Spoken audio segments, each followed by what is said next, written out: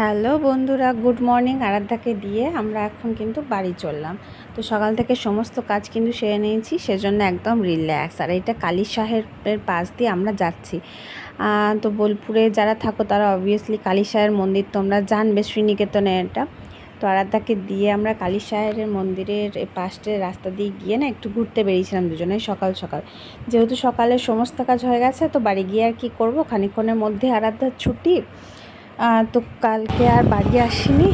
তো দুজনে ঘুরতে পেরেছিলাম। এটা ক্যানেলের পাড় দিয়ে রাস্তা, এত সবুজ দুদিকটা, এত ভালো লাগছিলো। আর সকালে এত সুন্দর হাওয়া দিচ্ছিল, গরম ভাবটা একদমই ছিল না। তাই একটু সকালটা ঘুরে নিয়েছি কালকে, তো ভীষণই ভালো লাগছিল। আর আরাধ্যার জন্য একটু এখানে একটা মন্দিরও আছে, তো দূর থেকে মন্দিরটা ছবি নিয়েছি, কাছে আর যায়নি। আর এখানে প্রচুর নিম গাছ ছিল, এটা কিন্তু সুভাষপল্লী। তো আরাধ্যার জন্য একটু দরকার ছিল নিম পাতা, তো নিম পাতাটাও নিয়ে নিয়েছি। তো আর তোমাদের চারিদিকটা একবার দেখিয়েও দিচ্ছি যে কি সুন্দর দেখো। তারপরে কিন্তু আমরা চলে এসেছিলাম লালবাঁধের এখানে। আরাধ্যা স্কুল যাওয়ার আগে যে লালবাঁধ ছামবাটিতে আছে, সেটা ওখানে চলে এসেছিলাম। বালি হাঁসগুলো এত সুন্দর জলে খেলা করছিল, খুব ভালো লাগছিল। তো তারপর মনে হলো আরাধ্যাকে নিতে যাওয়ার আগে চলো আদ্যা মন্দির থেকে ঘুরে আসি। এই মন্দিরটা কিন্তু আমি কোনো দিনও আসিনি, এই প্রথম এলাম আদ্যা মন্দিরে। তো এইটা রথীন্দ্রপল্লীর ওখানে আদ্যা মন্দিরটা বেশ অনেকটা ভিতরে। তো ওখানে একজনের সাথে দেখাও হয়ে গেল, পরিচিত। তারপর আমরা ওখান থেকে একটু দাঁড়িয়ে প্রণাম টনাম করে কিন্তু বেরিয়ে গেছি। তো এখানে ভোগ খাওয়ানোও কিন্তু হয়, তবে আরাধ্যাকে স্কুল থেকে নিতে হবে, তার তাড়া থাকায় বেশিক্ষণ কিন্তু আমরা থাকতে পারিনি। জয় মঙ্গলবাড়ির পুজোও হচ্ছিলো, সেটাও কিন্তু আমরা দেখতে পারিনি।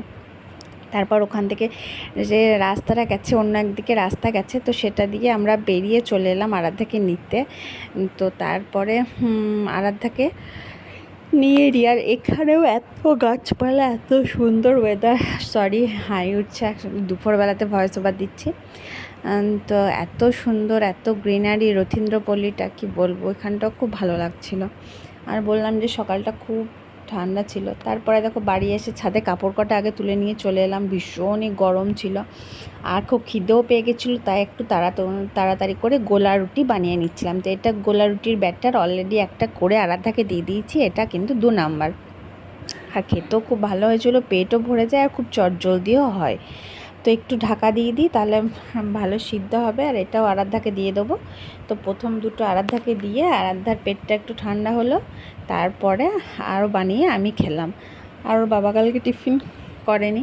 তারপরে কিন্তু খেয়ে দিয়ে সঙ্গে সঙ্গে রান্নাটা বসিয়ে দিয়েছিলাম, কারণ বেশি বেলা করে রান্না করতে একদমই ভালো লাগে না। তো এই দেখো, আবার তেল দিয়ে দিলাম একটু, দিয়ে পুরোটা কড়াইটায় ঘুরিয়ে নিলাম। তারপরে একটু করে ব্যাটার দেব। তোমরা অনেকেই গোলা রুটি বানাও জানো, তাও একবার দেখিয়ে দিচ্ছি। তো আমি কিন্তু সেরকম বেশি কিছু দিইনি, ময়দা দিয়েছি, একটু পেঁয়াজ কুচি, লঙ্কা কুচি, টমেটো কুচি, আর নুন মিষ্টি, আর গোলমরিচ দিলে ভালো লাগে। এখন অন্ধকার অন্ধকার দেখছো তো, ঘরের সব পর্দা নামিয়ে দরজা লাগিয়ে দিয়েছি, কারণ ভীষণ গরম। আর আরাধ্যার ঢুলু ঢুলু চোখ, আর ঘুমও কিন্তু পেয়ে গেছে। না না, আমার ঘুম পায়নি। আমরা শুনছিলাম পেট কথা। আর রান্না অলরেডি কমপ্লিট, রান্না সেরকম কিছু করিনি। টিফিনে তো তোমাদের দেখিয়েছি কি করেছি। আর দুপুরে করেছি আলু দিয়ে একটু মশলা দিয়ে, কি বলবো, পোলাও বলবো না বিরিয়ানি বলবো, আই ডোন্ট নো। অ্যাকচুয়ালি বিরিয়ানির চাল নয়, আবার পোলাও নয়, আবার মশলা দিয়ে আলুটাকে কষে চালটা দিয়ে জলটা দিয়ে নেড়ে নিয়ে একটু ঘি দিয়ে নামিয়ে নিয়েছি। আর কিচ্ছু করিনি, গরমে রান্না করতে পারছি না, ভালো লাগছে। আবার স্নান করলাম, তারপরে ঘর মোছা, বারান্দা পরিষ্কার করা সব হয়ে গেছে। জল ভরে নিয়েছি, প্রচুর কাজ হয়ে গেছে। ঘর টর পরিষ্কার করে একটু এই শুলাম, আবার বলছে এখনই খেতে দাও। এত জ্বালায় না। তো 12:30 বাজে, বেশি বাজেও নি। অ্যাকচুয়ালি ওর বিরিয়ানি টাইপ দেখে ওর খিদে পেয়ে গেছে, এই হচ্ছে মূল কথা। তো ঠিক আছে, চলো ওকে খাওয়াবো, তখন দেখাবো কি রান্না করেছি। একটু শুই, তারপর ওকে খাইয়ে দেবো, খাইয়ে ওকে ঘুম পাড়াবো। চলো দেখতে থাকো। তো বন্ধুরা, এই দেখো করে নিয়েছি আলুর পোলাও বা আলুর বিরিয়ানি, যা বলবে। আরাধ্যা খেতেও বসে গেছে। কেমন হয়েছে? ঝাল হয়েছে নাকি? না, তো চলো ওকে খাইয়ে দিই, তারপর আসছি। তো বিকালবেলাতে ভীষণ মেঘ করেছিল, প্রচুর হাওয়া দিচ্ছিল, মনে হচ্ছিল এত বৃষ্টি হবে। তো সেই ভয়ে কিন্তু আমরা বাড়ি থেকে বেরোইনি, আর অনেক দিন বৃষ্টিও হয়নি, আশেপাশে বৃষ্টি হয়েছে আগে। তো ভাবছি যে হয়তো বৃষ্টি হবে, প্রচুর মেঘ এসছে, চলো ছাদে ঘুরে বেড়াই। ছাদে ভীষণ হাওয়া দিচ্ছিল, কিচ্ছু হয়নি জানো, শুধু বাড়ি থেকে বেরোনোই হয়নি। কি করব, ছাদেই ছিলাম। আর আরাধ্যা এই জেঠিমাদের বাড়ি গেল, তারপরে দেখাচ্ছি তোমাদের কি করছিল গিয়ে। তো আর কি করবে বেচারা, কোথায় খেলবে, রুষাও ঘুমাচ্ছে। আর শুধু শুধু আমাদের বেরোনোটাই হলো না, আমাদের বেরোনোটাই বন্ধ করে দিল শুধু। হ্যাঁ, রুষা ঘুমাচ্ছে, আমি ঋতুকে ফোন করেছিলাম। আরাধ্যা ঘুমিয়ে নিয়েছে, আরাধ্যা অনেকক্ষণ একটা। হ্যাঁ হ্যাঁ, দেখলাম তো অনেক দেরিতে এলো। শিক্ষা পড়িয়ে দিয়েছিলাম কালকে। এই যে কপালে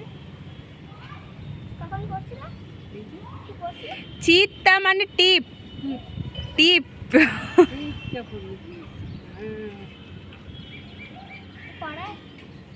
শক্ত করে ধর, ভয় নাই। কি সুন্দর লাগছে হাতে নিয়ে। ছাদের চারপাশটা তোমাদের দেখাচ্ছি, ঋতুদের বাড়ির ছাদেও ঋতুরা সব ছিল, সবাই অ্যাকচুয়ালি ছাদে ছিল, হাওয়াটা ভালো দিচ্ছিল বলে, আর খুব মেঘ উঠেছিল, সবাই ভাবছে বৃষ্টি হবে। আর দেখো আমাদের কিন্তু কাগজি লেবু গাছে লেবু চলে এসেছে, কাগজি না, এটা বোধহয় পাতি লেবু গাছ, অনেক লেবু হয়েছে কিন্তু, খুব ভালো লাগছিল দেখতে। তো তারপরে সন্ধ্যাবেলায়, এই যে সন্ধ্যাবেলায় চলে এসেছি চা নিয়ে, এই যে টোস্ট আর চা আমার ফেভারিট।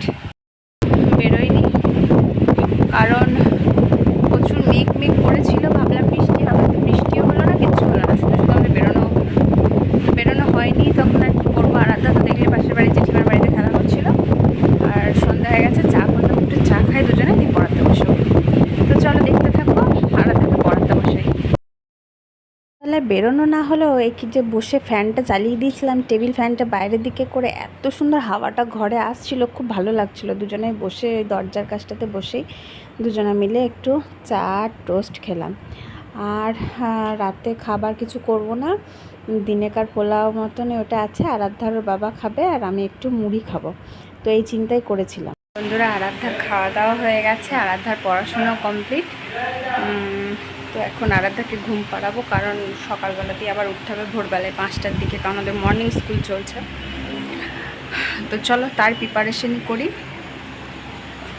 বদমাইশি করছিস কেন বাবু? আর এই যে রেডি জন্য বিছানা করছে, এক গাদা জিনিসপত্র দরকার, চলো করে নে। আর আবার দেখা হবে তোমাদের সাথে কালকে, নতুন একটা দিন, নতুন একটা ব্লগ নিয়ে। মতন টাটা।